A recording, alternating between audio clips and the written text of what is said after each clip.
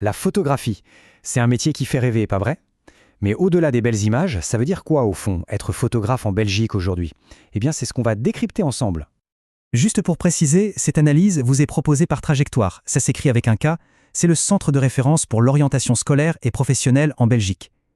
L'idée, c'est de donner toutes les clés pour bien choisir sa voie. Bon, commençons par le côté qui fait briller les yeux. La photo, c'est cet art de figer une émotion, de rendre un instant éternel, de raconter toute une histoire sans dire un seul mot.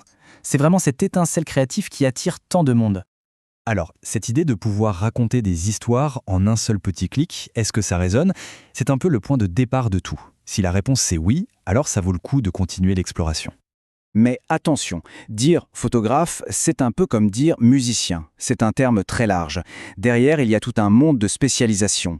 Est-ce que ce serait plutôt l'émotion d'un mariage, l'esthétique de la mode, l'adrénaline du reportage ou la précision de l'architecture? Chaque univers a vraiment ses propres codes. Ok, mais une fois l'appareil photo rangé dans son sac, il se passe quoi vraiment? On va quitter un peu l'image de carte postale pour plonger dans le quotidien très concret du métier.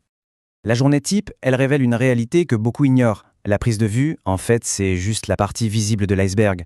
Le matin, on shoot. L'après-midi, on passe des heures et des heures devant l'écran pour trier, retoucher et gérer la paperasse. Oui, l'administratif, c'est une part énorme du job. Et le soir, le travail n'est pas fini. Il faut mettre à jour son portfolio, chercher de nouveaux clients. Et pour faire tout ça, il faut du matos. L'appareil photo, ce n'est que le début. Il faut ajouter toute une collection d'objectifs, un ordinateur qui tienne la route pour la retouche, des logiciels qui coûtent cher, du matériel d'éclairage. Bref, c'est un investissement de départ assez conséquent, il ne faut pas le sous-estimer. On en vient à la question cruciale. Quel est le meilleur chemin pour se lancer? On va se pencher maintenant sur les formations et les prérequis pour pouvoir exercer en Belgique. En Belgique, il y a principalement deux grandes options. D'un côté, le bachelier en 3 ans, c'est une formation très complète, à la fois théorique et pratique. De l'autre, on a les parcours en alternance, comme à l'IFAPEM ou au SFPM. C'est plus court et très axé sur le terrain. Dans les deux cas, il faut avoir son CESS, CESS. C'est la question qui revient tout le temps. Est-ce qu'il faut absolument ce papier officiel pour pouvoir réussir dans ce métier? La réponse est très claire. Non. Légalement, rien n'oblige à avoir un diplôme. Mais, et c'est un grand mais, ce qui est absolument non négociable, c'est la preuve de son talent. C'est le portfolio, donc la collection de ses meilleures photos, qui sera la seule et unique carte de visite. C'est lui qui va convaincre un client, bien plus qu'un diplôme. Allez, passons maintenant à une vision un peu plus objective du secteur. Les chiffres, ça aide à bien comprendre le marché du travail pour les photographes chez nous, en Belgique. Concrètement, le travail se trouve où? Eh bien, les chiffres sont assez parlants. 60% du marché est dominé par la photo commerciale et l'événementiel, comme les mariages. C'est vraiment là qu'il y a le plus gros volume de travail. Le reste se partage entre la presse, l'art et d'autres niches un peu plus spécifiques. Pour avoir une bonne vue d'ensemble, on compte à peu près 3000 photographes actifs en Belgique. Et la réalité du terrain, c'est quoi? C'est le statut d'indépendant. Ça concerne 70% d'entre eux. Une autre tendance intéressante, le métier se féminise de plus en plus, avec plus d'un tiers de femmes derrière l'objectif. Parlons argent, la question du salaire. En tant que salarié, on peut s'attendre, pour commencer, à un brut mensuel entre 1800 et 2200 euros. Mais pour la grande majorité, les indépendants, le calcul est complètement différent. On parle en tarifs à la journée. Ça peut aller de 200 euros pour un débutant jusqu'à 800 euros et même plus pour un expert. Le revers de la médaille, bien sûr, c'est l'irrégularité des revenus. C'est un point super important à anticiper.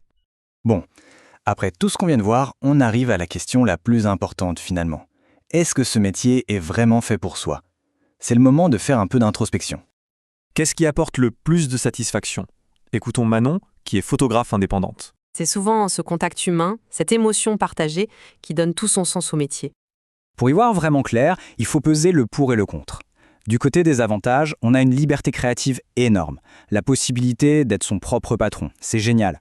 Du côté des inconvénients, il y a des contraintes bien réelles, des horaires complètement décalés, une concurrence très forte et cet investissement financier de départ qui est loin d'être négligeable. Alors de quel côté la balance penche-t-elle? Si le doute est encore là, un super moyen de clarifier les choses, c'est de faire le quiz d'orientation. Il est gratuit, disponible sur trajectoire.be et ça peut vraiment aider à y voir plus clair sur son propre profil. Mais attention, le secret de la réussite, il n'est pas que dans l'appareil photo. Le talent, technique, ça ne suffit pas. Ce qui fait la différence, c'est la sensibilité artistique, la rigueur, la patience, un excellent relationnel. Et pour les indépendants, il faut une autre casquette, celle de chef d'entreprise. Et voilà, on arrive au bout de notre analyse. On a maintenant une vue d'ensemble assez complète, du rêve à la réalité.